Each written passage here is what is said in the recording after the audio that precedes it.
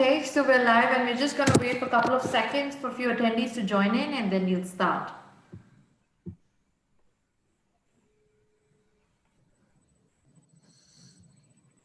Hello. Hello. Hello, can you hear me? Yes, we can hear you. Hello, Salim. Hi there, Salim. Hi, Grant. Hi, Mr. Faisal, Dr. Qasim. It is great to join this panel. We should start then. Hello, everyone. Welcome back to DigiBank, the Banking Transformation Summit, organized by Khaleej Times. My name is Barsha and I'm from Khaleej Times. I hope all the attendees are having a good time attending the session. Well, moving on to the next session for today, we have the panel discussion and the topic would be neobanks emerging as a customer hot favorites. And our moderator for today would be Dr. Qasim Haji. He is the President, Artificial Intelligence Society, Bahrain. Dr. Jassim has management and executive experience in aviation, hospitality, technology, and telecommunication for over 30 years. He has served on one of the board of directors for a leading hospitality and tourism technology provider in the Middle East and on SITA Council representing Middle East and North Africa. Furthermore, he has been the part of Bahrain's Center of Excellence, which is overlooking excellence in the public sector. So welcome, Mr. Jassim. It's an absolute honor to have you on board and welcome everyone. But without wasting much of your time, I would request Mr. Jassim to please start your panel discussion. Thank you, Barsha. Good afternoon, ladies and gentlemen. Bismillah ar-Rahman ar-Rahim. Assalamu alaikum wa rahmatullahi wa barakatuh. Barsha, just a correction. It wasn't 30 years experience. 30 years is my age. Well, just getting to that. But we have experienced panelists here, which we are obliged to have them and very useful on the topic of the hours, new bankings. Before I start, I would let the gentlemen to introduce themselves in 1 minute or so. And well, then I will start with the first question. Please do proceed. Thank you, Dr. Jassim. Yeah, cool. Thank you, Salim. And hi, everyone. A pleasure to be here. My name's Grant Niven. I'm the head of Group Digital for Bank Saudi Fransi. And we're sitting here in Riyadh just now, enjoying this glorious weather. I've been, ultimately, my remit at the bank is the group-wide digital strategy and also the execution of that. And we're also very heavily focused on building digital ventures. So this topic for me is very close to my heart around challenger neobanking.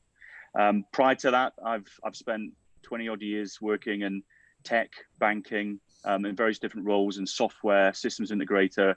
And prior to joining the bank, I was a partner with EY, working across the Middle East region, where I spent a lot of time really advising. Now I'm sitting on the other side of the fence of actually working, delivering and serving our banking customers. So thank you for having me. And over to you, Salim. Thanks, Grant. Great, Grant. I know you quite very well, and I wish you all the best in your new role. I've also been in Saudi for 17 years before with Samba, and after that I was with Fab. I was heading the entire customer as a chief strategic technology officer. Now I'm with Sharjah Islamic Bank as the SVP for heading up the technology function here. Yes, digital is very close to my heart. I'm also currently the chairman of the UBF Digital Committee, representing the 55 banks in the region. So there's a lot of action happening in this front. In fact, as early as last week, my bank, we went live with a total customer digital onboarding journey. So I'm looking forward to a great conversation. I've heard a lot about Dr. Jassim. I know the system in Bahrain is something phenomenal. And so looking forward to a great discussion. Thank you very much. Thank you, gentlemen. As we're waiting for our third speaker, Mr. Faisal, but we will start the first question since the topic is about new banks without basic introductions of it and getting into the subject. Grant, if you could tell us more about how we're bringing more competitive pricing and savings on board for the corporates, and what are the futures that entails in this area? Please, over to you. Yeah, look, so I think ultimately neobanking or interchangeably, the market often positions it as challenger banks, is both in the region and globally has seen a huge amount of press coverage and engagement ultimately in terms of building out a competitive environment against the traditional banks. And it's quite interesting that you've got a bunch of traditional bankers here as well, Salim and I, and also Faisal, who'll be joining, who are going to be talking about really the market and how we see neobanking. I think ultimately one of the great things that's come with the whole neobanking revolution, as I put it, in terms of new service to market and new products, digital first experience that's been built around various different customer segments is ultimately leading to a huge amount more competition in the traditional banking sector. So I think one thing we're seeing globally, and we're starting to see more of locally, but I still feel that there's a huge opportunity for a neo-challenger bank offering that comes into both Saudi, beyond some of the traditional banks that have launched kind of digital arms like Live, to kind of really keep pushing that whole agenda forward. Ultimately, neobanks are entirely digital banks, no branches, no footprint in terms of physical space, bar a head office location where there's a bunch of people developing really great experiences for those digital channels that they've launched the proposition on. So their cost to serve is lower, which therefore is allowing them to be more competitive in terms of the price point which they're offering their various different digital products, be it retail or in other areas such as SME. So big catalyst that we're seeing is more pressure coming on the traditional banks. I think the other kind of element to this is they're building propositions around the customer, which ultimately is a great mechanism to start defining better mechanisms for people to save, people to engage through digital channels. So one thing we all need to watch in the traditional banks, and something I'm very focused on just now, is how do we reimagine what we're doing in terms of our kind of various different offerings. So to one, remain competitive, but secondly, how do we deliver new digital products that allow people to actually focus on some of their biggest challenges? I think the neobanks have been great when it comes to savings, and this is something that is very relevant to markets like Saudi, where a lot of people day to day, our retail customers, our millennial customers, especially our youth population, struggle actually to make it through the month without dipping into maybe a savings pot, and they struggle to save. So there's a huge benefit to having an offering from the banking sector and the neobanks in particular, which allows people to be much more financially aware, educated, and have access to competitively priced products that allow to get them into the financial system more effectively. I think that's very relevant for markets like Egypt, where there's large populations. Huge swathes of this overall MENA region are still unbanked, and that's very much so for the broader population of the world. So innovation is allowing that to be unraveled with the traditional banking sector. I'll get back to you, Grant, a bit later, and I would like to know, is the sky so blue and the gardens so green all the time? Isn't it because something that has been out only recently, we haven't seen the flip side of it, the risks, the other parts? We would like to talk about it because I'm sure there is a balance. There's a balance between the bigger banks opt to do that and embrace towards it compared to those in the niche market. And this is where Mr. Salim will come in and tell us more about why should banks now is a necessity to embrace towards digitalization compared to the traditional banks, and of course coming into the discussion of the new banks if relevant. In fact, thank you, Dr. Jassim. And in fact, Grant touched upon wonderful points out there. Yes, is neobanks, is there an oncoming onslaught of the so-called neobanks? That's a big yes. According to Gartner in September 2022, in the report, they said that there are 42 neobanks across the world. Primarily, if you see the focus, it's in Europe and North America, Australia, and Asia. And as you see in Saudi as well as in the UAE, the digital-only banks are here to stay. Now, is it so easy to create a digital bank? It's ostensibly easy. Me coming from technology, if you just choreograph a cloud infrastructure, put in a middleware piece, put in an AI piece, put in an identification piece, you almost have a bank, so to speak. And if you look at these 42 retail banking deposits, payments comes a close second, and credit products are also gaining ground. There are niche players around credit and lending. So having said that, uh, will there be a real threat to the traditional banks?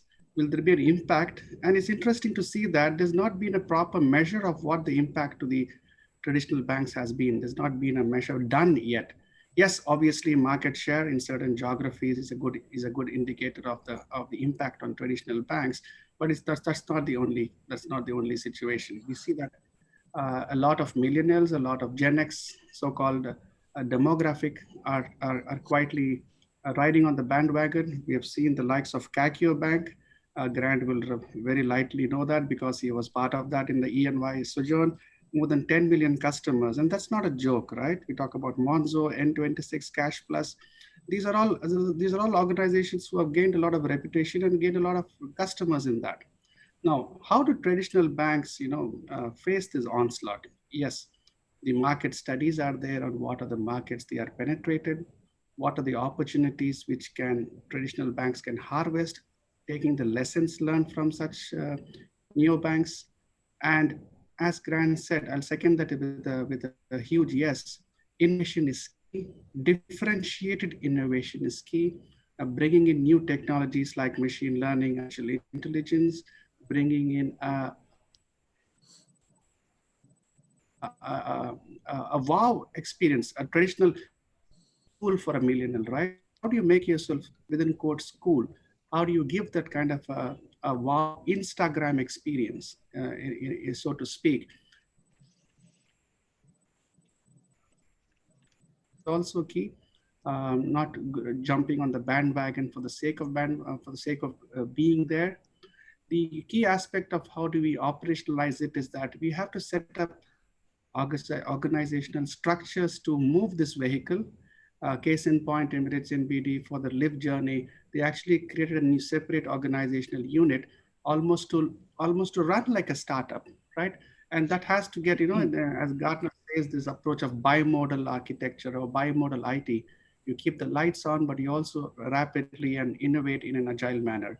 So if you consciously innovate with a mindset of bringing in new technologies and having to close the market gaps with respect to neobanks, traditional banks have a lot of advantages inherent as compared to the neobanks, and I think they should leverage their advantages today. Great, and I think Mr. Faisal is still not with us, so I'll go back to Grant, and I'll pick up where Salim has just left. The traditional banks are still going to be there for a while. You just need to be more digitalized. But this is not the same thing as going to the new banks. I mean, this is something in the middle. So what do you think are the risks related to marketing to new banks, whether it's from the banking sector themselves, from the security aspects, from the risk factors, or from the consumers part of it? And I feel like even we can touch on the hacking system that may penetrate much easier compared to traditional banks because it's all online. Yeah, look, well, I think ultimately, yeah, go on, Salim, and I'll jump in. Go on, Salim, I'll jump in. I've got a view on that as well. Yeah, it's an important one. Yeah, it's an important one. Yeah, the cybersecurity onslaught, the cybersecurity envelope on the umbrella around which these neobanks operate. For a man of my background or Greg's background or your background, Dr. Jasim, you will be little cagey about giving your personal information to such banks. Now, having said that, the Generation X or the new millennials are not like that. They wouldn't care less about whether you're using highly available architecture. Do you have 10 firewalls? They wouldn't care less about that. Now, the neobanks are at a very at a disadvantage when it compared to traditional banks with the rigor of information security architecture, with the rigor of penetration testing, ethical testing, the kind of rigor which a traditional bank undergoes is something which the neobanks neither have the appetite to invest in, or they are just depending on the service provider like Azure or AWS to provide that needed availability and needed security to the platform. It is very important for neobanks. If you're asking me if I was a neobank, it is very important to ring fence. One is the security aspect. Second is the privacy and confidentiality aspect data, especially in the light of the GDPR, etc. regulations, and establish some kind of a security governance model around this to approach the topic in a very careful way, because it is going to be security is the silent soldier behind this. If it's not going properly, it's the silent backbone behind it. It's not going to work. The whole bank is going to fall down. Those are my thoughts. Grant, I would love to hear your opinion on this. Yeah, it's more look, I think security. Yeah. What are the other parts of it, if you like? Yeah. Look, I think a couple of points from me on this. I think if we look locally and globally, this is where the role of the regulator and the licensing entities for these new disruptive neo challenger banks comes in.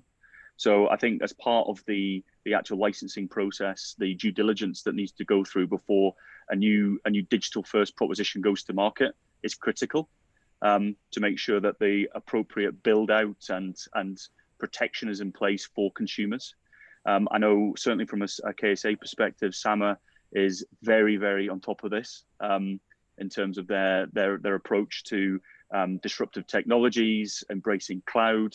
They've been slightly further behind the likes of the UAE, primarily because they want to make sure that it's robust and scalable and able to address security threats for the kingdom, for the financial services sector.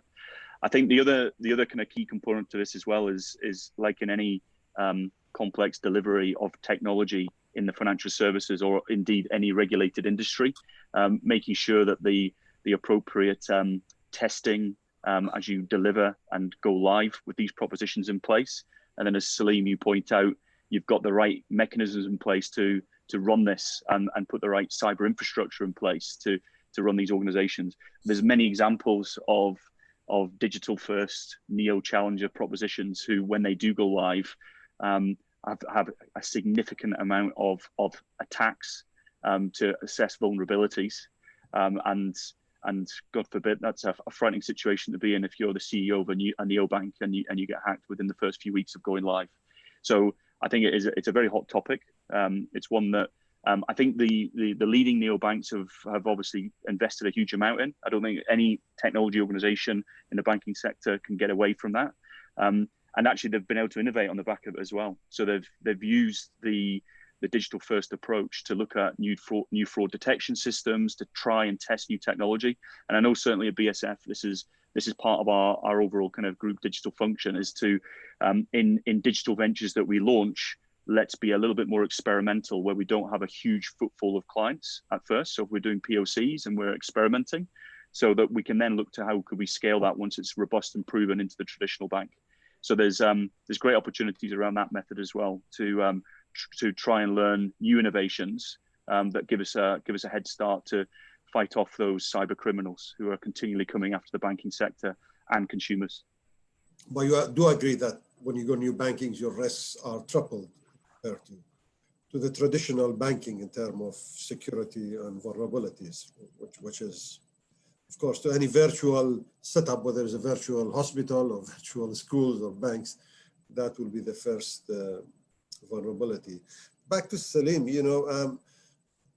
again, going back to the question I asked, probably I need to elaborate on it more because I'm not sure if we have touched upon it, is what are the models that in banking we should be adopting? Is it traditional banking or neobanks, or is there something in between? You talked about embarking towards more digitalization and other set of models or sizes of the banks that should adopt one or another. Are there any guidelines to that, or is this the future that everybody should start from now planning sooner or later? Catch up late, catch up others. Interesting. It's an interesting question. I'll start with a humorous thing. Today, my son is a final year computer science graduate. He doesn't do rigorous flow charts before he starts coding. He just goes and starts coding. He opens his GitHub and starts coding. It is on the fly. He drags and drops libraries and he drags them, and he starts coding. The point I'm trying to say is, the neobanks come with that kind of a Gen X mindset. You go to, you open your cloud console, you pick and choose whatever you want. SQL Server, Linux, etc., double click, and your environment is ready. You start coding, and using continuous integration, continuous delivery mechanics, using DevOps mechanics. The cycle to production is quite very much faster as compared to a traditional way of operating. Now, having said this, the banks models today, there are many banks today who have agile methods of operation, right? They have they run DevOps shops. They have mature organizations who actually adopt a cloud first strategy. The first model is, if you ask me the model of operation, one, having a cloud first strategy will accelerate innovation, will accelerate the entire life cycle. Number one, having a cloud infrastructure will help to, in fact, scale fast and deploy fast, because it's all developing environments, creating environments. It's all one click away. Number two, the traditional waterfall methodology is gonna get sunset in quite some soon time. It's today's model is more about agile and iterative. Some of the banks adopt a textbook approach to the agile scrum world by having this daily stand-ups and that kind of rigor. Some organizations adopt a hybrid of agile and waterfall with more iterative technologies. Some of the technologies which are in the market today are helping the banks to achieve that kind of agility, such as enterprise low-code platforms, which provide a premise that a business can actually design a proposition in real time using this product and just click it and the code gets deployed. So the banking technologists, as well as the chief digital officers like Grant, I'm sure, would be looking at such bleeding edge technologies to speed up the life cycle turnaround for a digital product. That is one. One is the front end, and many of them say it's lipstick on a pig. You just change the front end. That's not a bank will survive. It will survive by having the operational backends also tuned to the front end experience in terms of an STP approach, having all your services running through an STP, using tools like robotic process automation to help you in ensuring the customer is fulfilled in an end-to-end manner. It's no point just asking the customer if he's just clicking the button request for a checkbook, and it takes 3 days for the customer to get a call. Today, there are technologies where a customer is browsing, is just putting a telephone number in the contact us page of a website. He gets a call within 30 seconds, and that's a KPI of a particular bank here. So that kind of agility at the edge of the seat agility is what is required by the banks if they ever can meet this the challenge of the neobanks. And frameworks like PMI, frameworks like PMBOK are all there, but one size fits all cannot be a strategy. Those were my thoughts, Dr. Glasson. Right. Okay. If I could just add to this, Jassim, I've got a point on this, if it's possible, just add to that. Yeah, because you got 10 minutes. So okay. Yeah. Just very quickly. I think for me, just building on sort of Salim, that you've gone into some of the inner workings of digital and banks. I think that if you look at the model that we need to look at as the banking industry in terms of learnings from neobanks, is ultimately there's three kind of core things in my view that traditional banks need to adopt in terms of the model from Neo for success. One is customer experience. Traditional banks typically build products and then try and market those products. They often traditionally did not design those digitally around the customer. So number one for a learning for traditional banks, which the neobanks do phenomenally well, is the neobanks design through design thinking and primary research and getting their target customer in the room. They design phenomenal digital products from day one. The other is user experience. So ultimately, the neobanks are delivering amazing experiences via their mobile phone predominantly, but also by the web.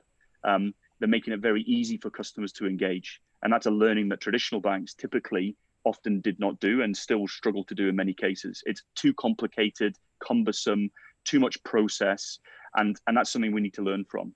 And I think lastly, but linked into that, is simplifying process through using technology, being disruptive in terms of ways of thinking, delivering in more agile ways, is simplifying down internally how you run operationally.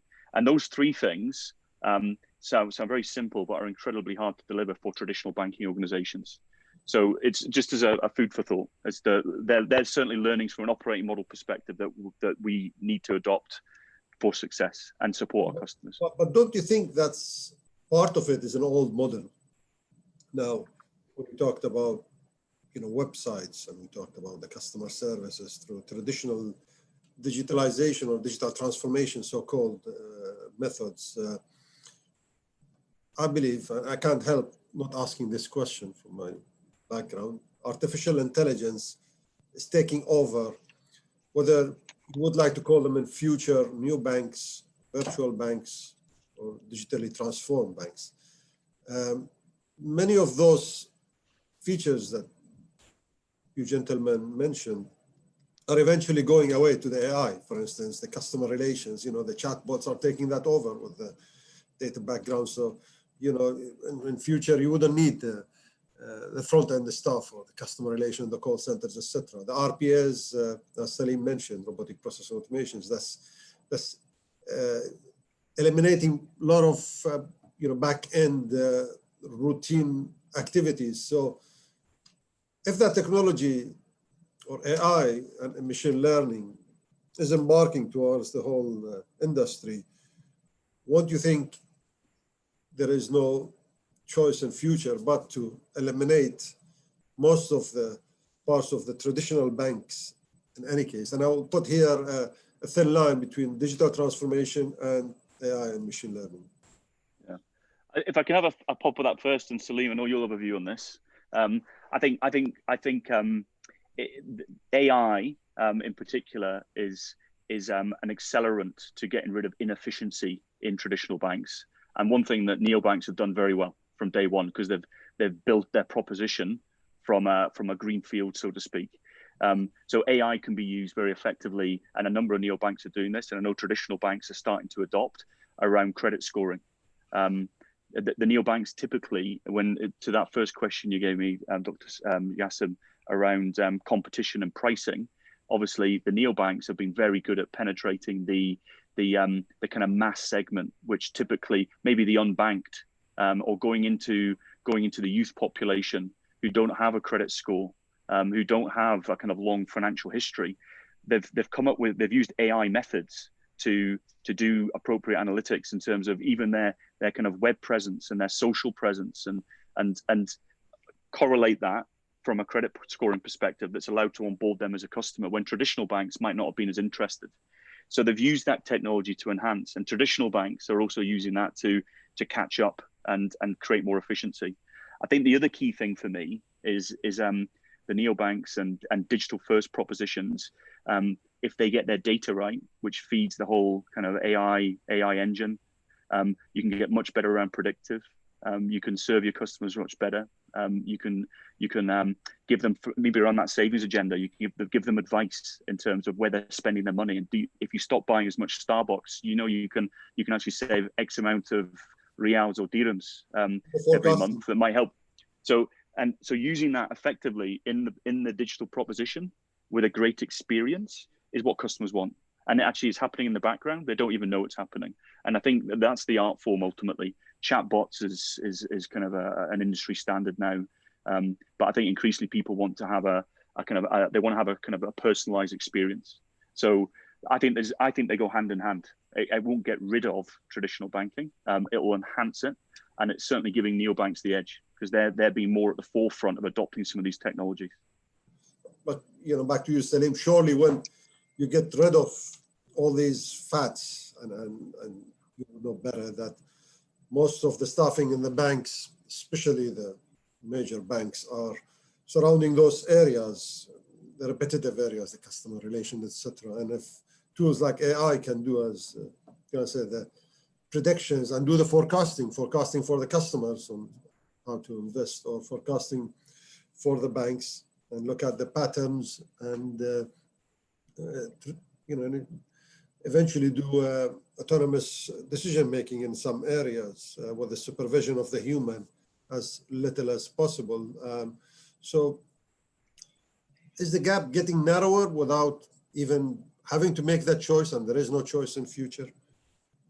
It's a great question, Dr. Jassim, and you being the president of the Artificial Intelligence Society would know the kind of use cases which prevail across the industry segments, right? Banking industry, as one may know, the data set is limited. There's only so much one can do. And you would have heard about the typical use cases of using it in identification, using facial recognition. Number 2, a branch footfall analysis. Number 3, customer attrition analysis, cross-sell, upsell, credit modeling, etc. These are the typical use cases which typical our AI solution providers enter into. I would use the term called intelligent automation to encompass technologies like machine learning and artificial intelligence. Is it supervised learning or unsupervised learning? And complemented by robotic process automation actually provides a nice way to bring down the gap, so to speak, for decision making, and to reach the ideal state of making a decision without any manual attention. And that ecosystem is kind of becoming mature as we speak, and many banks have invested a lot in this complementary technologies to take us to that level. Thank you. I will end my questions here. Varsha, I think we might have time, 2 minutes maximum, 3. We need to sure. There are a couple of Q&As. We take maximum 2, please, because we have to... Yes, the first question is to Grant. Do you see regulatory framework a hurdle for banks' digital journey, or do you see it as a catalyst supporting digitization? So I think it's a framework that we need to have for the safety of the customers. Is it a hurdle? I think it can slow things down in many cases, because you have to go through various different steps. So, but I do see a positive with a lot of both the regional and the global regulators in terms of creating the right frameworks for us bankers, and also for the fintechs and the neobanks to operate in. So there's fintech sandboxes. SAMA is within the kingdom is a very effective fintech sandbox, which allows both traditional organizations such as BSF and other banks and startups to engage, to kind of collaborate and look at new tech and new propositions that are digital first, and support them to get it out to market. That's proven from other markets. The FCA in the UK, UAE is actively kind of building that out in the various different accelerators. So I think it's a necessary step to make sure that there's no cowboys out there ultimately. I know for one, I'm not going to bank with a new startup company if there isn't a proper regulatory framework that they've gone through. Because ultimately, if I'm going to trust them with my money, I want to make sure it's safe. So I think it's a big topic, but that's probably my initial response to it. Thank you very much. One more last question, and if possible, we'll have Salim to answer it, if possible. Yeah, sure. So the last question, we have BSF is an established brick and mortar bank. Is BSF developing a new brand or just enhancing their digital channels? There have been a lot of hype on savings products, but yet to be seen. What are the innovative products that you will be offering? Look, what I will say is watch this space. We are doing a significant amount in the kingdom to be the digital first bank. There's going to be some exciting things happening next year, but that is all I'll say just now. We are a traditional bank, but we also are very actively building out our customer first digital propositions as part of our digital ventures capability. So there's some interesting things happening. Salim, do you want to say in 1 minute the last comments or any on the last I'm hearing Grant's views also on this, and also the question was very interesting from the audience. The brick and mortar banks are going to stay. That's for sure. And I was reading a recent research. the so-called digital banks, these neobanks, they do not have a branch infrastructure, right? They're leveraging on their own digital first footprint. And I will not be surprised that for the neobanks, an alternate network gets established, for them to operate and to serve the customers. Second thing I also see, and I'm sure Grant, knowing him, would be thinking of how do we actually permeate the social life of an individual and make bank a center of his ecosystem. While he's going on vacation, while he's on Instagram, while he's on social media, while he's talking to his wife, while he's talking to his son in Canada, especially in this COVID crisis, has actually brought forth a lot of interactivity between the individuals within the family and across the organization. And we are here talking virtually, right? So the bank becoming an ecosystem, becoming the center of social ecosystem, that is the mindset in which banks should innovate. And that is when we can permeate all areas of how the life of a person from cradle to grave, so to speak, a bank can participate in a citizen's journey. It could be in education, it could be childbirth, it could be loan, and all the way to retirements and all the way to his grave, so to speak. So those are my thoughts, Dr. Jasim. Thank you very much. Thank you, Salim. Thank you, Grant. Thank you, Felicia, for having us and the audience. Thank you so much, gentlemen. It was an absolute honor to have all of you all on board. I think it was a great session. Thank you to all again. Thank you to all the attendees. I hope all the attendees had a great time attending your session. I would request the attendees to please move on. We have the banking power list starting at 1:50. I would request all the attendees to please join in there. And thank you, gentlemen. Thank you again. Thank you, everyone. Have a great day. Have a great day. Thank you, Doctor. Thank you, Jasim. Thank you, Grant.